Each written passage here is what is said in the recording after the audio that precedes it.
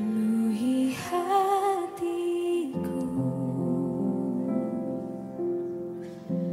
dengan hadir-Mu.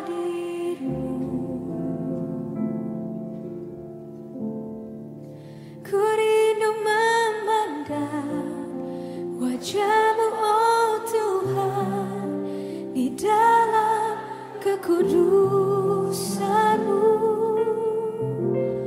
Bawaku dekat dalam hati-Mu. Ku rindu mendengar suara-Mu, oh Tuhan, di tempat kudus-Mu sekarang. Ku rasakan kasih-Mu dan indahnya kekudusan-Mu, penuhi dengan kasih-Mu, diam di hadirat-Mu. Ku mengangkat tanganku dan ku bersyukur menyembah-Mu, penuhi dengan kasih-Mu, diam di hadirat-Mu.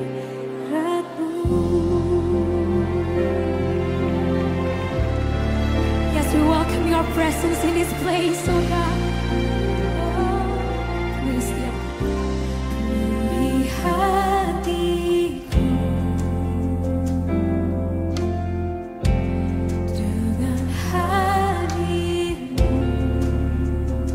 Kami rindu Tuhan, ku rindu memandang wajah-Mu, oh Tuhan, di dalam kekudusan-Mu.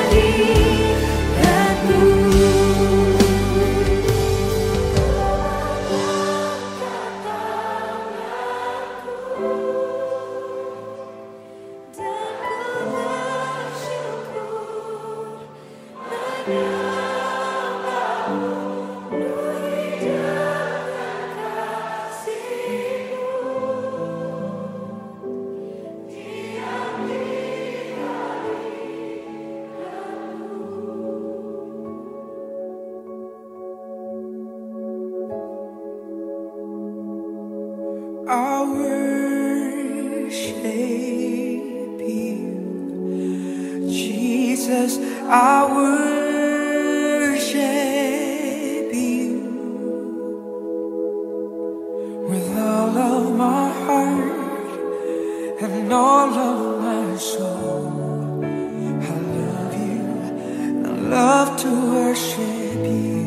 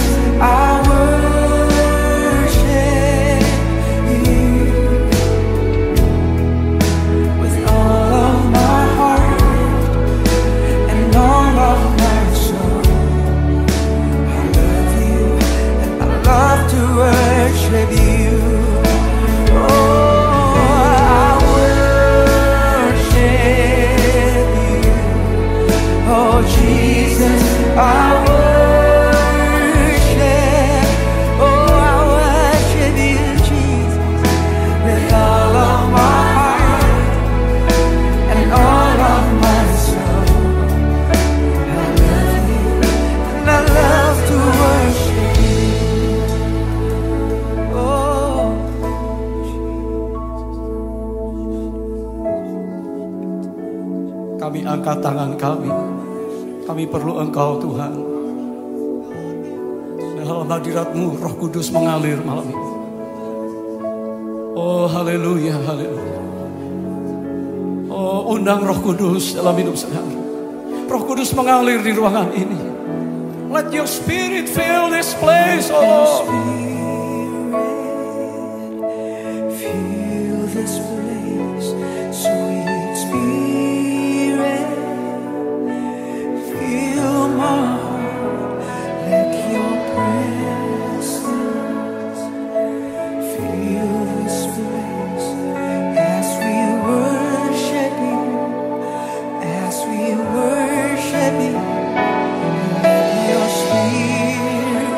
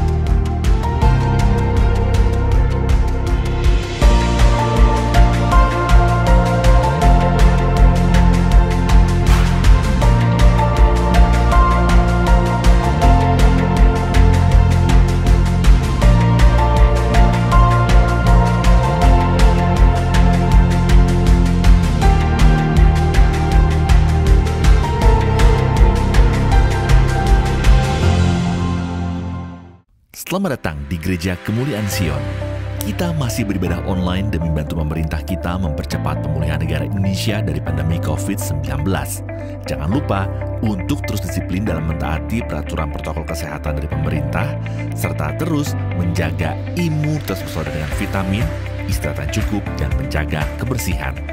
Bapak, Ibu, dan saudara-saudara yang saya hormati, saat ini kita sedang mengalami tren kenaikan kasus COVID yang disebabkan oleh varian Omicron. Oleh sebab itu, kita semua harus mewaspadai tren ini, namun tidak perlu bereaksi berlebihan. Berhati-hati perlu, waspada perlu, tapi jangan menimbulkan ketakutan dan jangan menimbulkan kepanikan. Kita bersyukur Indonesia sudah sedikit lebih pulih dari COVID-19.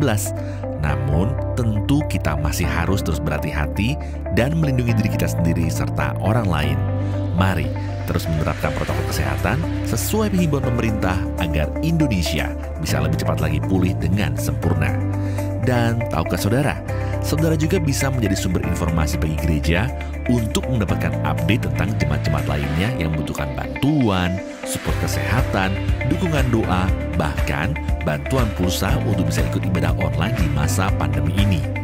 Mari kita budayakan peduli pada jemaat-jemaat lainnya dan memberitahukan kepada sekitar gereja atau para leaders di nomor-nomor yang tertera di layar.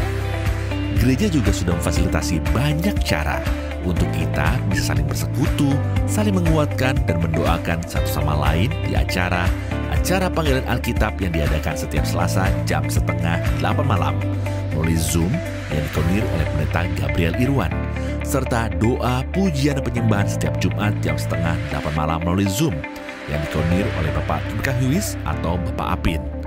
Bagi para remaja GKS Grogol, yuk hadiri pertemuan Guyumit kita setiap Sabtu jam 9 malam. Kita akan bersama-sama belajar firman dan belajar jadi berkat buat komunitas kita. Marilah di masa-masa sekarang ini, janganlah kita menjauhkan diri dari pertemuan-pertemuan ibadah kita, tapi marilah kita semakin giat bersekutu dan berdoa bagi bangsa kita. Tema gereja kita di tahun 2022 adalah The Year of Victorious Living. Marilah kita memasuki tahun yang penuh dengan kemenangan, dengan iman yang dewasa dan kuat terhadap Tuhan kita. Juga bagi saudara yang setiap hari menerima Words of Hope, yuk kita biasakan untuk membagikannya juga kepada sesama jemaat yang membutuhkan, agar kita tetap berpengharapan kuat dalam Tuhan dalam menghadapi masa-masa penuh tantangan ini. Jangan lupa juga bagi adik-adik sekolah minggu, setelah ini ada ibadah sekolah minggu ya, jam 11:30 siang. Ibadah online minggu depan akan dilayani oleh Pendeta Dr. Elizabeth Subrata dengan tema Esther's Secret to Finding God's Favor. Mari subscribe YouTube channel ini untuk mudah mendapatkan update. Program Messages of Hope yang disaksikan setiap hari Senin dan Kamis jam 6 sore melalui YouTube GKS FBC. Link akan selalu dibagikan sekretariat kepada seluruh jemaat melalui WhatsApp. Mari kita terus saksikan untuk menguatkan dan memberkati kita semua. Kita banyak mengucap syukur atas pemeliharaan Tuhan. Bagi saudara yang ingin bersyukur kepada Tuhan atas pemeliharaannya sepanjang pandemi ini, saudara dapat menyalurkannya melalui rekening 6042833777 atas nama Kemuliaan Sion FBC. Berikut adalah tips mengikuti ibadah secara online. Berkumpul bersama keluarga dan jangan teralihkan dengan kegiatan lain. Penyembahan adalah aktivitas keluarga. Ikut terlibat dalam pujian penyembahan dengan antusias. Mari ingat bahwa kita sedang mengikuti ibadah, bukan sekedar menyaksikannya. Katakan amin, menyembah bersama, dan catat khotbah. Dan ambil waktu untuk berdoa setelah ibadah selesai. Mari jadikan rumah kita sebagai rumah ibadah. Serta mari biasakan mengikuti ibadah sampai akhir doa berkat. Dan minggu depan, yuk kita kirimkan link ibadah online ini ke lebih banyak orang agar berkat Tuhan bisa disampaikan secara luas. Selamat beribadah.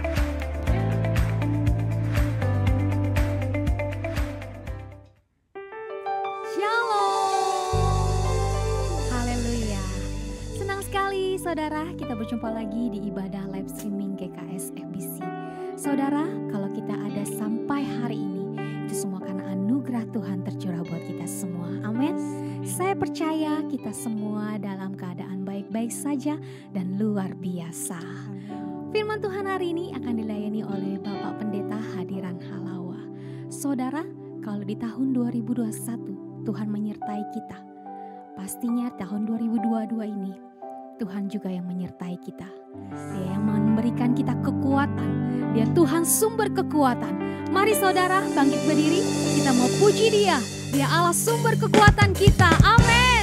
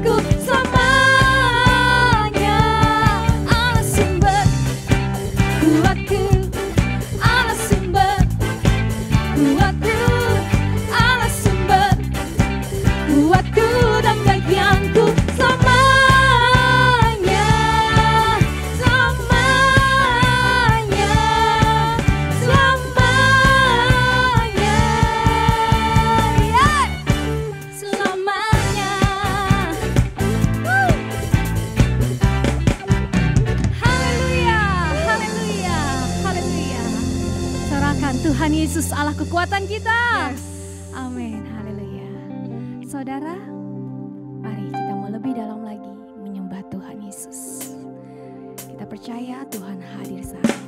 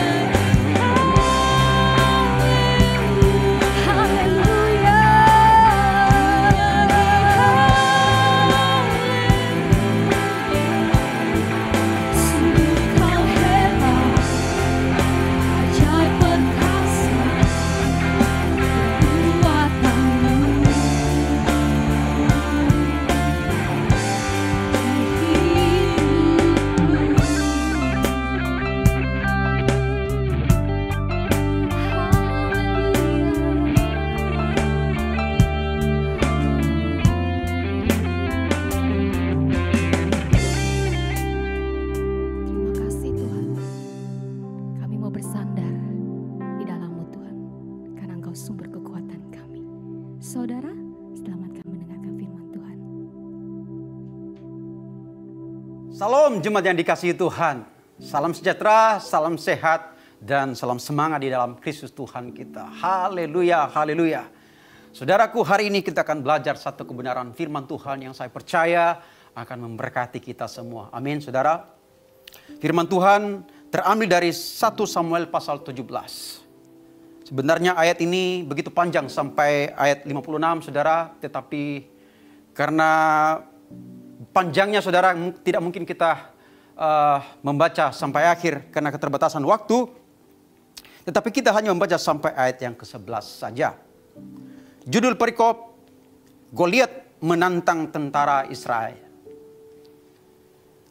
Orang Filistin mengumpulkan tentaranya untuk berperang. Mereka berkumpul di Socho yang di tanah Yehuda dan berkemah di antara Socho dan Azekah di Efes Damim. Saul dan orang-orang Israel juga berkumpul dan berkemah di lembah Terbantin. Mereka mengatur barisan perangnya berhadapan dengan orang Filistin. Orang Filistin berdiri di bukit sebelah sini dan orang Israel berdiri di bukit sebelah sana. Dan di lembah ada di antara mereka. Lalu tampillah keluar seorang pendekar dari tentara orang Filistin, namanya Goliat dari Gad. Tingginya 6 hasta sejengkal. Ketopong tembaga ada di kepalanya. Dan ia memakai baju jirah yang bersisik. Berat baju jirah ini 5.000 shikal tembaga. Dia memakai penutup kaki dari tembaga. Dan di bahunya ia memanggul lembing tembaga. Ganggang tombaknya seperti pesa tukang tenun. Dan mata tombaknya itu 600 shikal besi beratnya.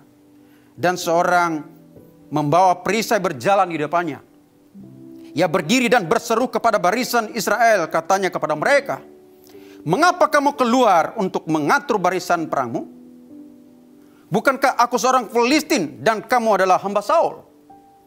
Pilihlah bagimu seorang dan biarlah ia turun mendapatkan daku. Jika ia dapat berperang melawan aku dan mengalahkan aku, maka kami akan menjadi hambamu. Tetapi jika aku dapat mengungguli dia dan mengalahkannya, maka kamu akan menjadi hamba kami dan takluk kepada kami." Pula kata orang Filistin itu, "Aku menantang hari ini barisan Israel. Berikanlah kepadaku seorang supaya kami berperang seorang lawan seorang." Ayat 11. Ketika Saul dan segenap orang Israel mendengar perkataan orang Filistin itu, maka cemaslah hati mereka dan sangat ketakutan, saudara. Garis bawahi, sangat ketakutan. Saudara, tema khotbah saya hari ini adalah Facing Your Giant. Menghadapi raksasa Anda. Menghadapi raksasa saya dan saudara. Tentu kita masing-masing punya raksasa-raksasa masalah persoalan kehidupan yang seringkali membuat kita takut, saudara. Ya kan? Apa sih itu raksasa? Raksasa itu bisa berbicara tentang sesuatu hal yang berdiri di tengah-tengah antara kita dengan Tuhan. Atau dengan kata lain, raksasa itu berbicara tentang sesuatu hal yang berdiri di tengah-tengah, yang menjadi penghambat, yang menjadi penghalang antara janji firman Tuhan kepada kita dan penggenapannya dalam kehidupan kita. Bagaimana janji itu terrealisasi?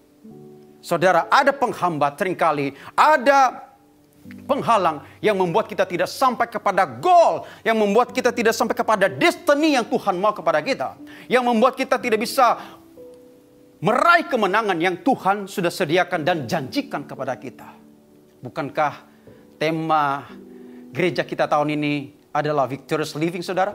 Ya, victorious living, kehidupan yang berkemenangan. Amin untuk itu. Dan itulah janji Tuhan kepada kita. Kita akan mengalami kemenangan demi kemenangan tahun ini. Tapi juga menyadari bahwa saudara, seringkali kita tidak bisa mencapai kepada janji itu. Karena ada penghalang tadi, saudara. Ada raksasa yang menjadi penghambat. Yang berdiri di tengah-tengah antara janji firman Tuhan itu dan penggenapannya dalam kehidupan kita. Tentu saudara, kita harus melawan. Tentu kita harus mengalahkan setiap raksasa-raksasa itu. Saudara, berbicara tentang raksasa masalah, raksasa persoalan kehidupan, itu bisa muncul dalam berbagai bentuk yang memang menakutkan kita. Itu bisa berbicara tentang sakit penyakit yang menggerogoti tubuh kita mungkin sudah lama. Dan kita sudah mulai berkata, Tuhan kapan saya disembuhkan? Iya kan? Kita sudah mulai takut saudara. Itu juga bisa berbicara tentang krisis ekonomi. Barangkali saudara isi dompet kita sudah mulai mengering dan kita berkata, Tuhan tolong. Barangkali usaha kita sudah mulai bangkrut saudara karena situasi pandemik yang berkepanjangan ini. Dan kita sudah mulai putus asa, mulai kecewa sana sini saudara. Dan itu membuat kita semakin lemah dan lesu saudara. Raksasa itu juga bisa berbicara tentang dosa-dosa masa lalu yang mengintimidasi kita. Ya kan, trauma-trauma masa lalu yang terus membelenggu kita sehingga kita tidak bisa maju saudara. Kita tidak bisa bertumbuh secara iman di dalam Tuhan. Raksasa-raksasa masalah itu bisa berbicara tentang hubungan di dalam keluarga yang tidak baik. Hubungan antara orang tua dan anak yang tidak harmonis. Hubungan antara suami istri yang seringkali cekcok dan bahkan mengarah kepada perceraian. Saudara. Belum lagi anak yang memang memberontak di dalam keluarga. Itu menjadi sebuah momok yang menakutkan bagi kita. Dan kita berkata, Tuhan saya tidak sanggup lagi.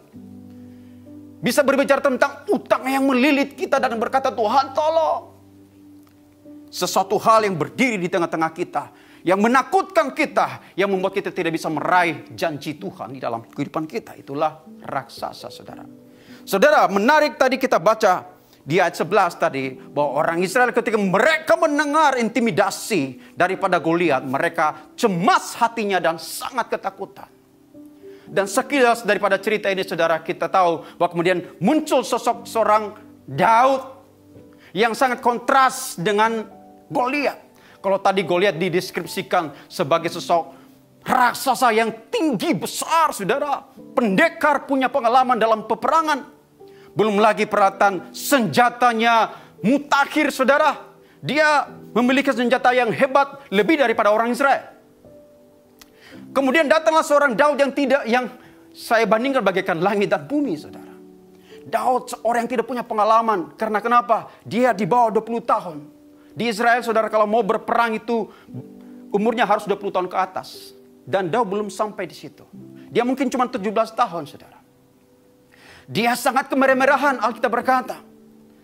Dan juga peralatan yang dipakai hanyalah pengumban yang isinya adalah batu, saudara. Yang jauh berbeda dengan Goliat.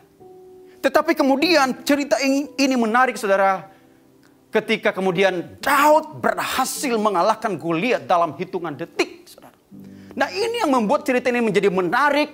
Dan kemudian kepahlawanan Daud boleh tercatat dalam sejarah. Sampai hari ini semua tahu cerita tentang itu. Bukan hanya orang Kristen.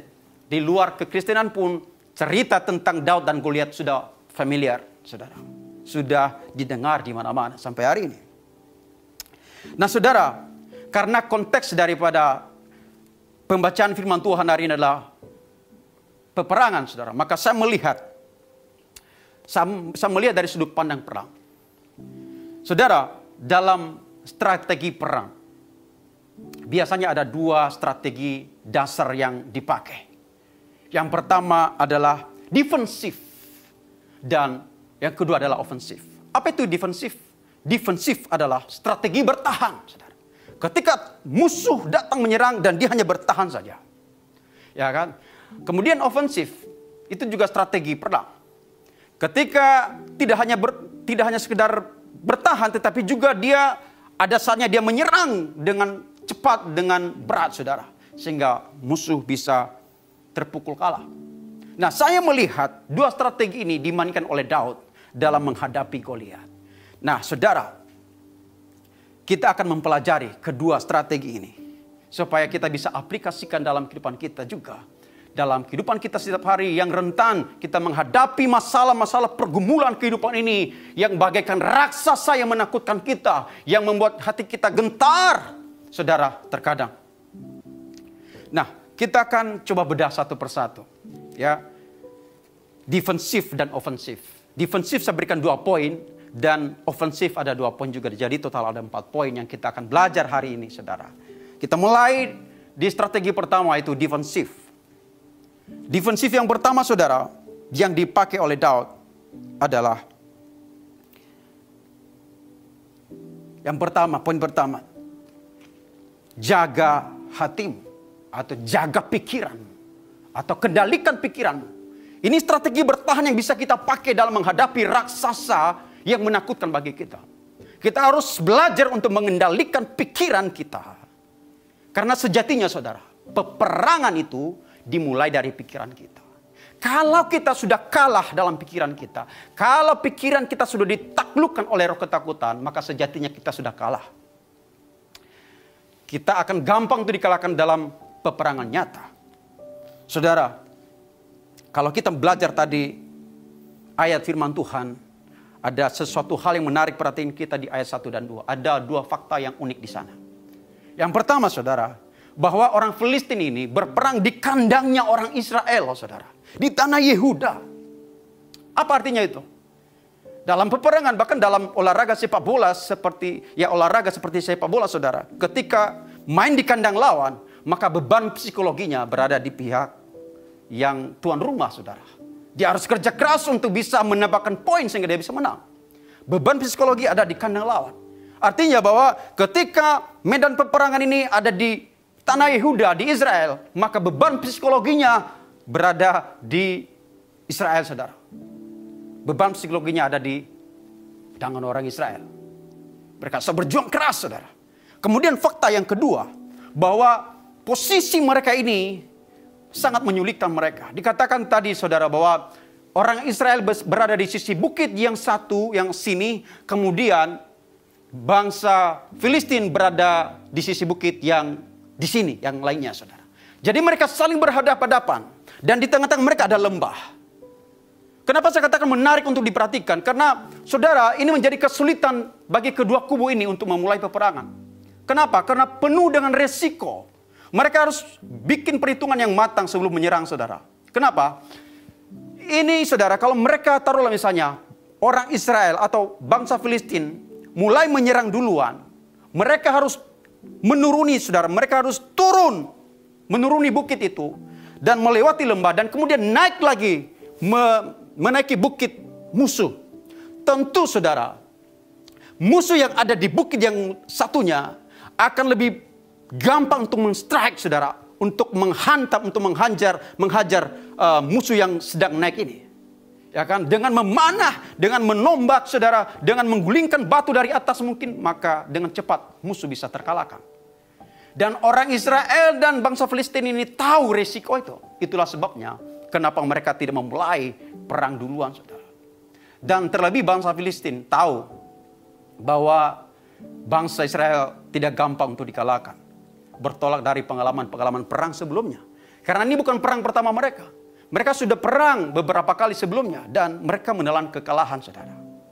Itulah sebabnya, saudara, mereka berpikir keras bagaimana mengatur strategi supaya mereka bisa berperang dan bisa melawan orang Israel. Akhirnya mereka munculkan sebuah strategi perang yang namanya Psy War. Apa itu Psy War? Psychological warfare. Apa artinya itu, saudara? Perang psikologi, ya kan? Atau yang umumnya sering disebut perang urat saraf, saudara. Nah, psychological warfare ini, saudara, sering dipakai dalam perang militer. Bahkan juga dalam dunia olahraga, misalnya boxing atau UFC misalnya, saudara. Sebelum bertanding di ring, biasanya masing-masing kubu saling menggertak, saudara, ya kan? Tujuannya apa? Untuk menjatuhkan mentalnya, ya kan? Tujuannya apa? Supaya konsentrasinya menjadi buyar, saudara. Dan emosinya dimainkan supaya cepat marah gitu kan, dan akhirnya kehilangan kendali. Nah, ini yang dimainkan oleh orang Filistin. Mereka menghadirkan sosok Goliat yang menakutkan, yang besar, ya kan, saudara, untuk mengintimidasi, meneror orang Israel. Dan saudara, ternyata berhasil. Buktinya di ayat 11 tadi dikatakan bahwa orang Israel cemas hatinya dan sangat ketakutan. Kemudian saudara, kalau kita membaca di ayat 24, kita menemukan di sana, bukannya sangat takut. Setelah 40 hari lamanya, Goliat meneror, mengintimidasi, menghina orang Israel. 2 kali sehari, pagi dan sore. Itu artinya apa? Kalau 2 kali sehari, berarti 80 kali, saudara. Setiap hari. Kemudian di ayat 24 dikatakan, mereka lari ketakutan. Orang Israel ketika melihat Goliat, lari tunggang langgang, saudara. Ketakutan luar biasa. Itulah hebatnya psychological warfare, saudara. Bisa kalah dalam pikiran kita, saudara. Hanya dengan intimidasi, hanya dengan teror, saudara. Pendekar seperti Saul yang gagah perkasa juga, yang punya lebih tinggi dari rata-rata prajurit Israel pada umumnya. Dia juga ciut nyalinya, saudara. Ya kan? Saudara, itulah sebabnya kita harus jaga pikiran kita, saudara. Kita harus kendalikan pikiran kita baik-baik. Tidak peduli sehebat apapun rohani kita. Ya kan? Kalau kita sudah dikuasai oleh roh ketakutan, roh kecemasan, roh kekhawatiran, maka iman kita sebenarnya melempem, saudara. Lemah. Kekuatan kita jadi sirna, saudara. Kenapa? Ketakutan lebih besar daripada iman kita. Mungkin saudara masih ingat bagaimana Nabi Elia membantai, ya kan, Nabi Baal 450 orang. Tetapi kemudian saudara, Nabi Elia, Nabi yang sama yang mengalahkan para ratusan Nabi itu, yang membantai dan membunuh ratusan Nabi itu, kemudian takut dan ciut nyalinya ketika diteror oleh apa? Isabel, seorang perempuan saja. Kenapa? Dia membuka sesuatu hal dalam pikirannya, ya, sehingga pikirannya dikuasai oleh ketakutan dan kecemasan. Saudaraku, itulah sebabnya Salomo berkata dalam Amsal 4 ayat 23, jagalah hatimu dengan segala kewaspadaan, karena dari situlah terpancar kehidupan. Saudaraku, pikiran akan mengarahkan hidup kita. Ya kan? Pikiran akan mengarahkan hidupmu. Kalau pikiran kita baik, maka kehidupan kita baik. Kalau pikiran kita jelek, kehidupan kita jelek, saudara. Kalau pikiran kita kuat, maka pikiran kita kuat. Kalau pikiran kita lemah, takut, cemas, khawatir, saudara, maka kehidupan kita, saudara, akan lemah, saudara, akan tidak berdaya. Itulah sebabnya dikatakan jagalah hatimu. Hatimu di sini berbicara juga tentang pikiran. Atau dengan kata lain berkata, jagalah pikiranmu dengan segala apa? Segala kewaspadaan. Penuh dengan kehati-hatian. Penuh dengan ketelitian. Ada effort yang lebih untuk kita bisa menjaga dengan baik pikiran ini. Supaya apa? Supaya tidak dikendalikan oleh intimidasi. Supaya tidak dirasuk oleh roh ketakutan. Walaupun musuh menyerang, tapi kita tetap mengontrol pikiran kita. Tetap fokus kepada Tuhan. Amin, saudara. Itulah sebabnya Yesus berkata kepada para muridnya ketika berdoa di Taman Getsemani semalaman. Sebelum serdadu tentara Romawi datang untuk menangkap Yesus. Yesus berpesan kepada para muridnya untuk berjaga-jaga dan berdoa. Ya kan? Tetapi para murid saat itu tidak menghiraukan, saudara. Mereka tertidur. Ya kan? Sama seperti kita hari ini. Disuruh berdoa tetapi kita tidak mau.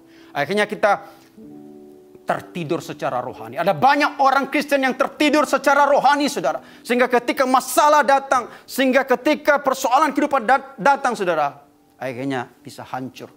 Ya, tidak bisa menangkis, tidak bisa mengontrol pikirannya.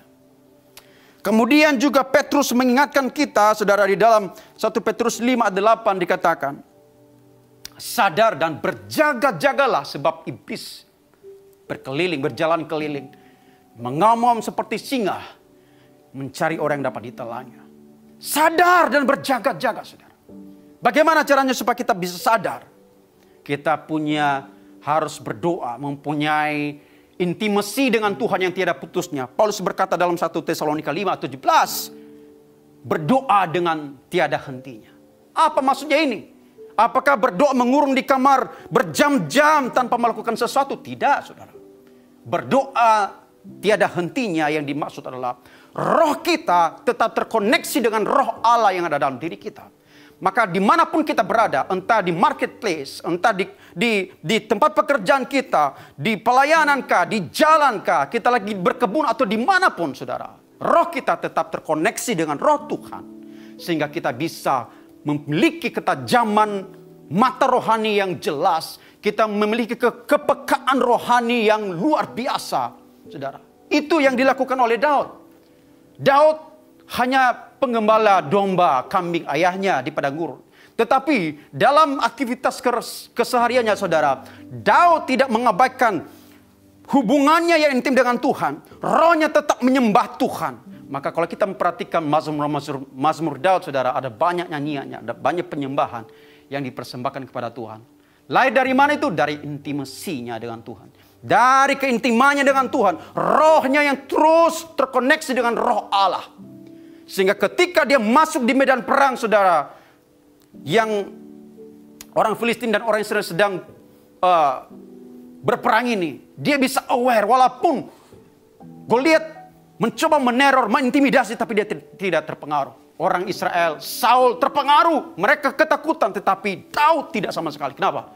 Dia aware bahwa Tuhan beserta dengan dia. Allah semesta alam ada beserta dengan dia. Maka tidak ada yang perlu ditakuti. Jadi jaga pikiranmu, saudara. Kemudian strategi yang kedua daripada defensif ini adalah melihat dengan cara yang berbeda. Ya, melihat dengan cara yang berbeda. Saudaraku, bagaimana kita melihat akan mempengaruhi bagaimana kita merespons. Bagaimana kita melihat akan mempengaruhi bagaimana kita bertindak, saudara. Saudara, kalau dilihat secara mata jasmani, memang Goliat adalah raksasa yang tak terkalahkan, saudara. Di atas kertas, Goliat pasti menang, saudara.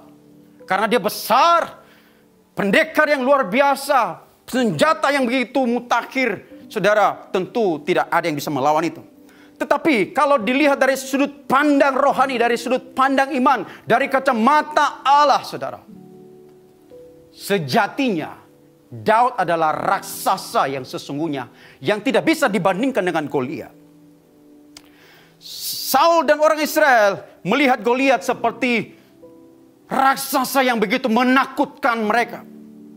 Tetapi Daud melihat Goliat tidak lebih daripada seekor binatang, saudara, yang tidak ada apa-apanya. Lihat, ada dua sudut pandang yang berbeda. Kalau kita baca di ayat 26 berkata begini. Lalu dekatlah Daud kepada orang-orang yang berdiri di dekatnya. Apakah yang akan dilakukan kepada orang yang mengalahkan orang Filistin itu dan yang menghindarkan cemooh dari Israel? Siapakah orang Filistin yang tak bersunat ini? Garis bawahi tak bersunat ini. Sampai ia berani mencemoohkan barisan daripada Allah yang hidup. Ayat 36. Baik singa maupun beruang telah dihajar oleh hamba-Mu ini. Dan orang Filistin yang tidak bersunat itu. Ada dua kali kata bersunat di situ, saudara. Di dalam ilmu hermeneutik, kalau ada dua kata yang repetisi, yang diulang, itu harus diperhatikan baik-baik. Ada sesuatu hal yang mau dikatakan di situ. Ya kan, dikatakan orang Filistin yang tidak bersunat itu, ya akan sama seperti salah satu daripada binatang itu. Nah, saudara, Daud menyamakan Goliat dengan binatang. Yang sangat berbeda dengan orang Israel yang memandang Goliat sebagai raksasa yang menakutkan. Dua sudut pandang yang berbeda. Mereka melihat masalah yang sama, tetapi dalam sudut pandang yang berbeda, saudara.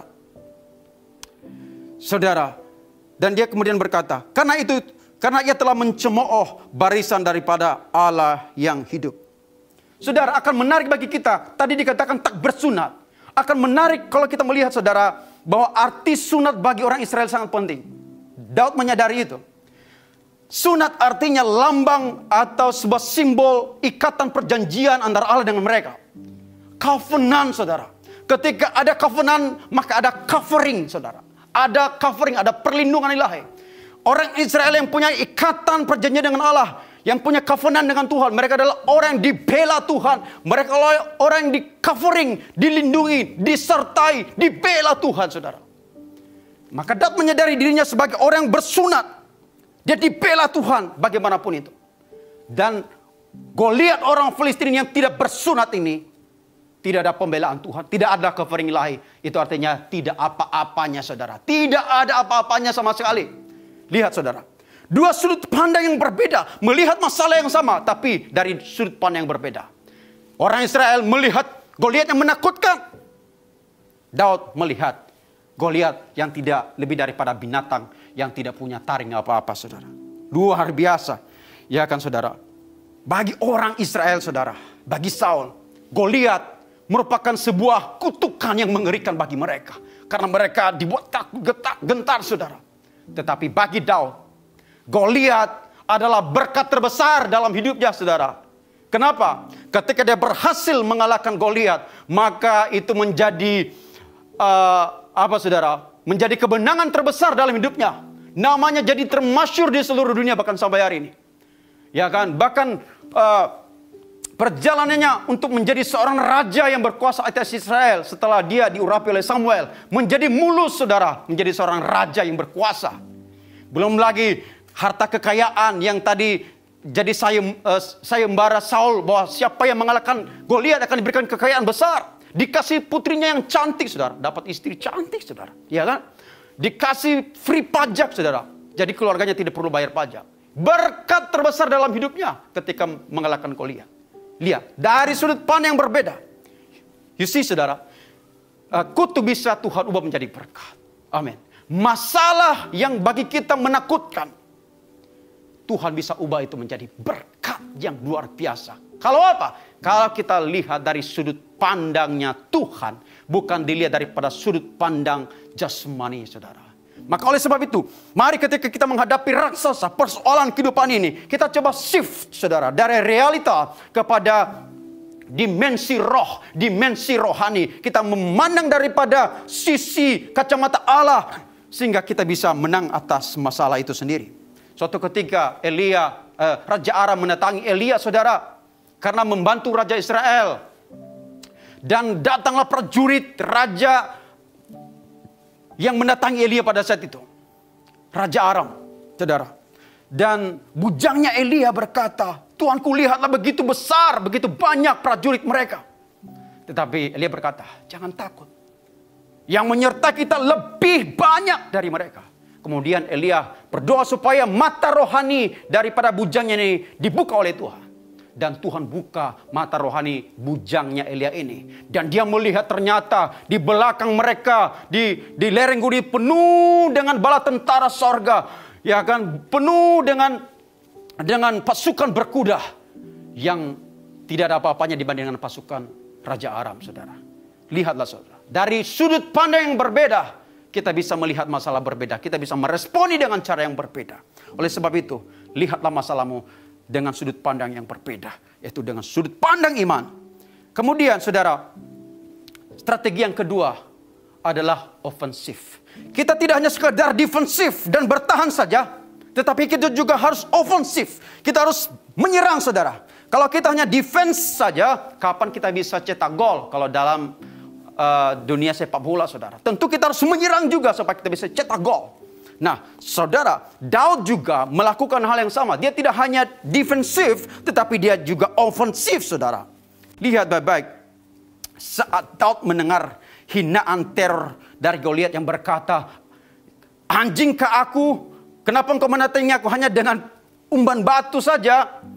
Dan Goliat mengancam, hari ini aku akan bunuh penggal kepalamu dan mayatmu saya akan berikan kepada burung dan binatang di padang. Binatang liar di padang. Lihat bagaimana reaksi Daud. Dia tidak hanya diam, saudara. Dia justru memperkatakan hal yang sebaliknya, bahkan lebih pedas. Perhatikan. Di ayat 45 dan 47. Tetapi Daud berkata kepada orang Filistin itu, engkau mendatangi aku dengan pedang dan tombak dan lembing, tetapi aku mendatangi engkau dengan nama Tuhan semesta alam, Allah segala barisan Israel yang kau tantang itu. Hari ini juga, lihat saudara, perkataan imannya. Hari ini juga Tuhan menyerahkan engkau ke dalam tanganku, dan aku akan mengalahkan engkau dan memenggal kepalamu dari tubuhmu. Hari ini juga aku akan memberikan mayatmu.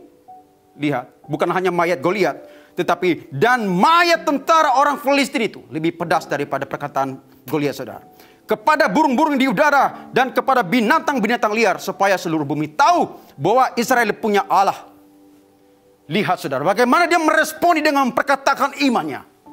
Iman itu tidak hanya pasif, saudara. Iman kita adalah iman yang aktif, proaktif, saudara.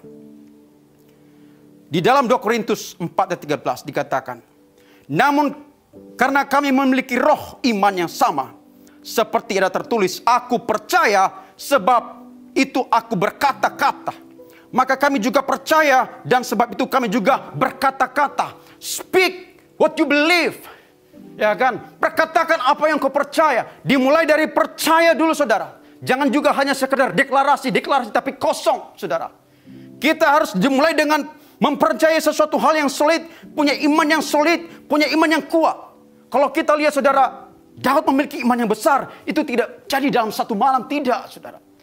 Imannya Daud yang besar itu terbentuk dari pengalaman hidupnya ketika dia harus melawan daripada serigala beruang di padang.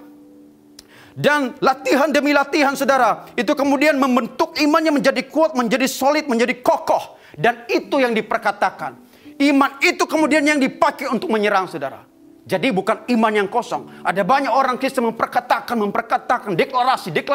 Tetapi sejatinya tidak memiliki bobot iman yang kokoh, yang solid, saudara. Dibutuhkan iman yang solid untuk memperkatakan iman kita. Karena dikatakan tadi, aku percaya. Sebab itu aku berkata-kata. Dimulai dari percaya dulu. Memang saudara, firman Tuhan berkata dalam Roma 10:17. Iman timbul dari pendengaran dan pendengarkan oleh firman Kristus. Tetapi ingat, hanya timbul saja, belum terbentuk, saudara. Untuk membuat terbentuk, kita harus latihan seperti Daud, saudara, mempraktekkan imannya. Hari lepas hari kemudian terkumpul menjadi sebuah iman yang sulit dan terbentuk. Dan itu yang kita akan perkatakan ketika menghadapi raksasa kehidupan. Ketika kita menghadapi persoalan hidup ini, saudara. Sehingga kita bisa tampil sebagai pemenang seperti Daud, saudara. Haleluya. Jadi saudara, responi setiap intimidasi, setiap teror dari kuasa kegelapan, bahkan dari masalah, bahkan dari orang lain yang mungkin berkata kepadamu, engkau bodoh, engkau tolol, engkau tidak berarti, engkau tidak berguna. Responi dengan berkata hal yang sebaliknya. Haleluya, saya diberkati Tuhan, saya pintar, saya cerdas, saya berhikmat. Ya kan? Allahku akan mencukupi segala kebutuhanku menurut kekayaan dan kemuliaan dalam Kristus Yesus. Perkatakan hal yang sebaliknya. Perkatakan firman yang menjadi rema di dalam hatimu. Haleluya. Maka kita akan melihat mujizat Tuhan terjadi. Amin. Jadi speak what you believe. Spoken faith, saudara. Dimulai dari iman yang solid dan terus kemudian kita perkatakan. Itu bagian defense, ofensif pertama. Kemudian ofensif yang kedua, saudara. Tidak hanya sekedar kita memperkatakan iman kita, tetapi juga, saudara, bahwa kita harus berani melangkah dengan iman. Ya, Daud melakukan itu. Perhatikan di ayat 48 dan 49. Ketika orang Filistin itu bergerak maju untuk menemui Daud, maka segeralah Daud berlari ke barisan musuh untuk menemui orang Filistin itu. Ia memasukkan tangannya dalam kantungnya, diambilnya sebuah batu dari dalamnya, diumbanya, maka kenalah dahi orang Filistin itu, sehingga batu itu terbenam di dalam dahinya dan terjerumuslah dengan mukanya ke tanah.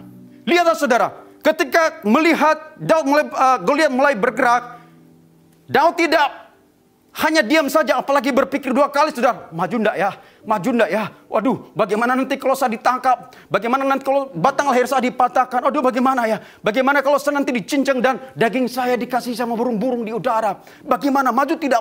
Enggak, saudara. Daud tidak berpikir panjang. Daud tidak berpikir dua kali, saudara. Dia berlari mengambil keputusan dengan berani, dengan iman. Dia berlari di dalam nama Yesus, di dalam nama Tuhan semesta alam yang dia sembah.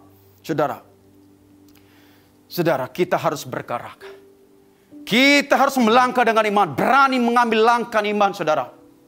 Saya memperhatikan dari Kejadian sampai Wahyu, bahwa Tuhan membuat sebuah formula atau sebuah hukum lah, katakan begitu. Bagaimana mujizat, bagaimana campur tangan sorga, bagaimana sorga membackup kita di tengah-tengah pergumulan yang kita alami. Tuhan mau melihat pergerakan kita dulu. Tuhan mau melihat ada pergerakan dari kita, tidak. Saya masih ingat ketika kita ibadah di Hotel Ibis, saudara. Barangkali saudara masih ingat kalau misalnya ke toilet, saudara.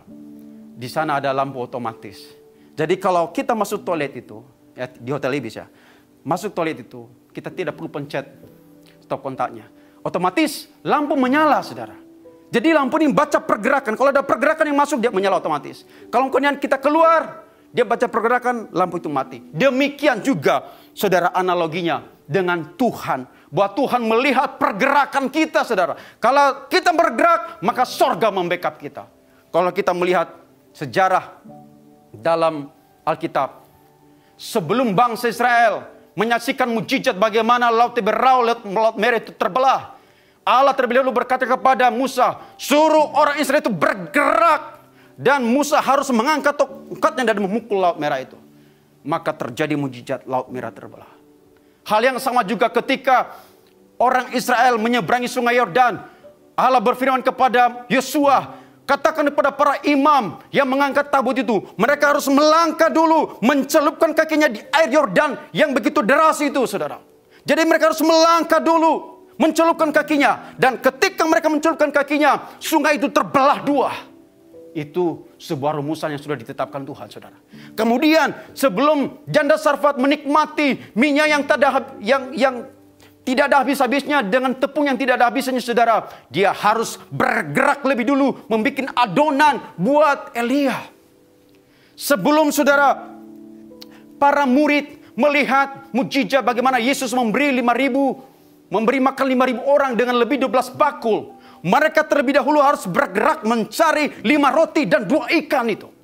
Sehingga terjadi multiplikasi. Saudara, sebelum Petrus dan kawan-kawan menangkap ikan dalam jumlah yang banyak, mereka harus menebarkan jala dulu. Mereka harus bergerak dulu, menebarkan jalanya. Walaupun udah semalaman mereka tidak menangkap satupun ikan. Tetapi karena Yesus berkata, tebarkanlah jalamu, maka mereka menebarkan dan mereka mendapatkan ikan yang begitu banyak, saudara. Saudara, hal yang sama juga Tuhan mau berkata kepada kita hari ini.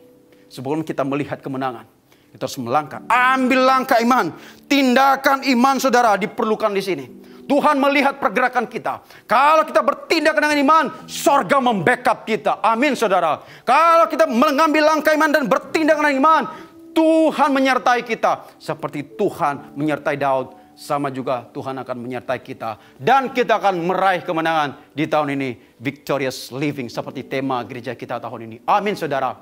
Haleluya.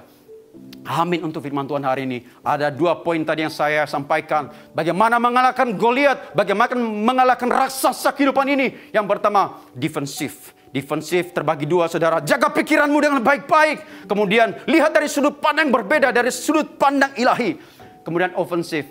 Harus memperkatakan imanmu. Speak what you believe, saudara. Kemudian harus melangkah dengan iman, dengan berani di dalam nama Yesus. Dan sorga akan membackup kita. Dan kita bisa meraih kemenangan yang Tuhan anugerahkan bagi kita. Amin untuk firman Tuhan. Mari kita bersatu dalam doa. Bapa Sorgawi, kami bersyukur Tuhan untuk firman Tuhan yang hari ini boleh kami dengar. Dan biarlah firman Tuhan yang disampaikan hari ini menjadi rema bagi kami. Kami menangkap sebuah prinsip yang Tuhan mau bagi kami untuk kami lakukan. Sehingga kami bisa tampil sebagai pemenang. Kami bisa mengalami kemenangan demi kemenangan di tahun ini. Karena kami, Tuhan, menerapkan prinsip-prinsip yang Tuhan ajarkan bagi kami. Untuk bisa meraih kepada kemenangan. Saya berdoa bagi jemaat Tuhan yang sedang menghadapi raksasa-raksasa kehidupan. Yang mungkin begitu menakutkan. Yang mungkin berkata, Tuhan bagaimana ini? Yang mungkin sudah mulai menyerah. Tuhan, dalam nama Yesus berikan kekuatan, berikan iman yang kuat supaya berharap dan fokus kepada Tuhan dan bukan kepada masalah. Biarlah Tuhan kau berkati semua umat-Mu yang mendengarkan firman-Mu semakin bertumbuh dan berakar kuat dalam iman mereka kepadamu ya Bapa. Di dalam nama Yesus Kristus kami telah berdoa dan mengucap syukur. Haleluya, haleluya. Amin. Tuhan Yesus memberkati kita semua.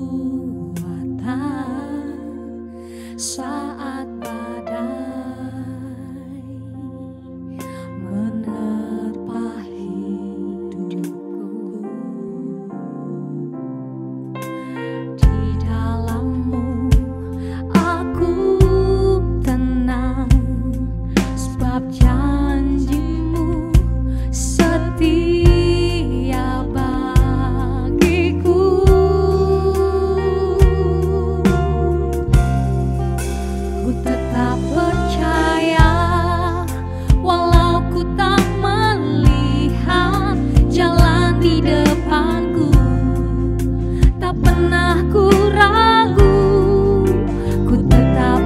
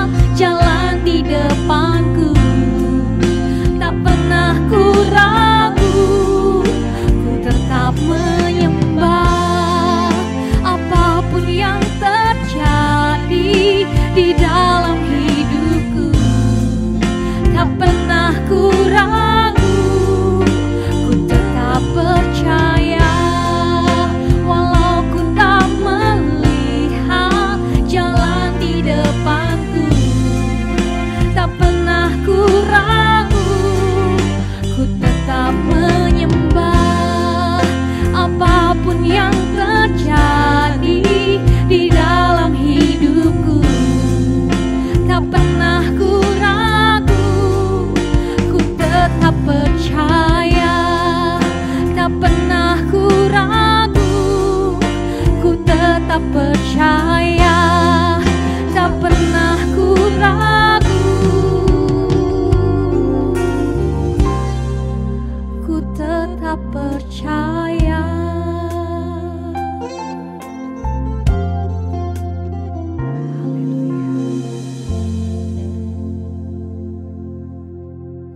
Salam, selamat pagi jemaat yang dikasihi Tuhan. Terima kasih kepada PS Hadiran Halawa untuk firman-Nya hari ini yang menguatkan kita semua. Mari jemaat GKS yang di rumah kita berdoa syafaat. Bapa di dalam nama surga, terima kasih Tuhan, terima kasih Roh Kudus untuk ibadah online di hari ini Bapa. Kami berdoa Tuhan untuk setiap pelayan-pelayan Tuhan yang ambil bagian di hari ini Tuhan. Kiranya Engkau terus memberkatinya Tuhan, Engkau mengurapinya Tuhan, bahkan Engkau memberkati setiap pelayanannya dimanapun mereka berada Tuhan. Kau berkati keluarganya Tuhan, Kau berkati setiap usaha atau apapun Tuhan yang mereka kerjakan, mereka lakukan. Kiranya Tuhan Yesus yang terus memberkatinya, membuatnya berhasil dan beruntung Bapa. Terima kasih Tuhan Yesus, terima kasih Roh Kudus. Kami berdoa Tuhan untuk Bapak Gembala kami senior, Bapak Pendeta Bunadi Subrata beserta dengan Ibu Elizabeth Tuhan. Kami berdoa Tuhan, Engkau memberkati keluarganya Tuhan, Engkau memberkati setiap pelayanannya Bapa. Kami percaya Tuhan untuk pelayanan Bapak Pendeta Bunadi Subrata ini Tuhan. Kami percaya bahwa Tuhan Yesus terus Tuhan menganugerahkan Tuhan hikmat, marifat, kebijaksanaan Tuhan. Kau memberkati setiap firman-firman yang Bapak Pendeta Bunadi tabur Tuhan untuk menjadikan kekuatan, untuk memberikan kami Tuhan Yesus kekuatan rema berkat yang daripada Tuhan Bapa. Terima kasih Tuhan Yesus, terima kasih Roh Kudus. Engkau memberkati setiap apapun yang Bapak Pendeta Bunadi beserta dengan Ibu kerjakan, lakukan Tuhan. Kiranya terus Tuhan menyertai, memberkati, membuatnya berhasil dan beruntung Bapa. Terima kasih Tuhan Yesus, terima kasih Roh Kudus. Kami berdoa Tuhan untuk setiap satelit-satelit yang ada di Indonesia. Engkau juga memberkati setiap pemimpin-pemimpin yang ada. Engkau memberkati jemaat-jemaat yang ada Tuhan. Kiranya terus Engkau memberikan kesehatan, Engkau memberikan kekuatan, Engkau memberikan damai sukacita yang daripada Tuhan. Kami percaya Tuhan di masa-masa pandemi ini Tuhan, biarlah Tuhan Yesus yang memberikan kekuatan untuk setiap kami jemaat-jemaat, untuk kami mau terus melangkah, untuk kami mau terus bersandar. Engkau terus kami memberikan kekuatan bahwa kami percaya Tuhan Yesus yang terus menolong kami, Tuhan Yesus yang terus menyertai kami Bapa. Terima kasih Tuhan Yesus, terima kasih Roh Kudus. Kami berdoa Tuhan di masa-masa pandemi ini, biarlah Tuhan Yesus kami percaya hanya Tuhan Yesus sandaran kami, satu-satunya Tuhan Yesus penolong kami, penghibur kami, pelindung kami Bapa. Kami berdoa Tuhan untuk bangsa kami Indonesia tercinta Tuhan. Engkau mengurapi bangsa kami Indonesia ini Tuhan. Kami percaya Tuhan terus Engkau pulihkan bangsa kami Indonesia Tuhan dari masa-masa pandemi ini Tuhan. Kami percaya Engkau memberkati setiap pemimpin-pemimpin yang ada, bahkan presiden, wakil presiden, dari jajaran atas sampai dari tingkat-tingkat yang paling bawah. Kiranya terus Engkau memberkati, Engkau mengurapi Tuhan. Biar setiap pemimpin-pemimpin yang ada terus Tuhan memimpin yang daripada Engkau Tuhan. Kami percaya Tuhan pemimpin-pemimpin Indonesia ini menjadi pemimpin yang takut akan Tuhan Bapa. Terima kasih Tuhan Yesus, terima kasih Roh Kudus. Inilah ucapan syukur kami Bapa, inilah doa kami. Kami alaskan hanya di dalam nama kami, Tuhan Yesus Kristus. Haleluya. Amin. Kita sudah sampai di akhir ibadah saudaraku. Mari kita terima berkat Tuhan. Terimalah berkat yang besar dari Allah Bapa, kasih dari Tuhan Yesus, dan persekutuan bersama Roh Kudus menyertai kita semua mulai hari ini sampai selama-lamanya. Haleluya. Amin. Biarlah semua kita hidup berkemenangan di dalam Tuhan. Haleluya. Sampai bertemu dalam ibadah online berikutnya. Terima kasih saudara telah mengikuti ibadah ini sampai akhir. Bagi saudara-saudara yang ingin mengucap syukur kepada Tuhan dengan mendukung pelayanan gereja, saudara dapat menyalurkannya melalui rekening 604-283-3777 atas nama Kemuliaan Sion FBC. Ibadah online minggu depan akan dilayani oleh Pendeta Dr. Elizabeth Subrata. Juga jangan lupa terus mengikuti PA Zoom setiap hari Selasa jam 7:30 malam dan DPP setiap hari Jumat melalui Zoom jam 7:30 malam. Setelah ini jam 11:30 siang juga akan ada ibadah sekolah minggu. Pada akhirnya, kami berterima kasih kepada semua pihak yang terlibat dalam terlaksananya ibadah online ini. Tuhan Yesus menyertai kita semua. Sampai jumpa di ibadah online minggu depan. Mari tetap beraktivitas dengan mengikuti protokol kesehatan yang dihimbau pemerintah.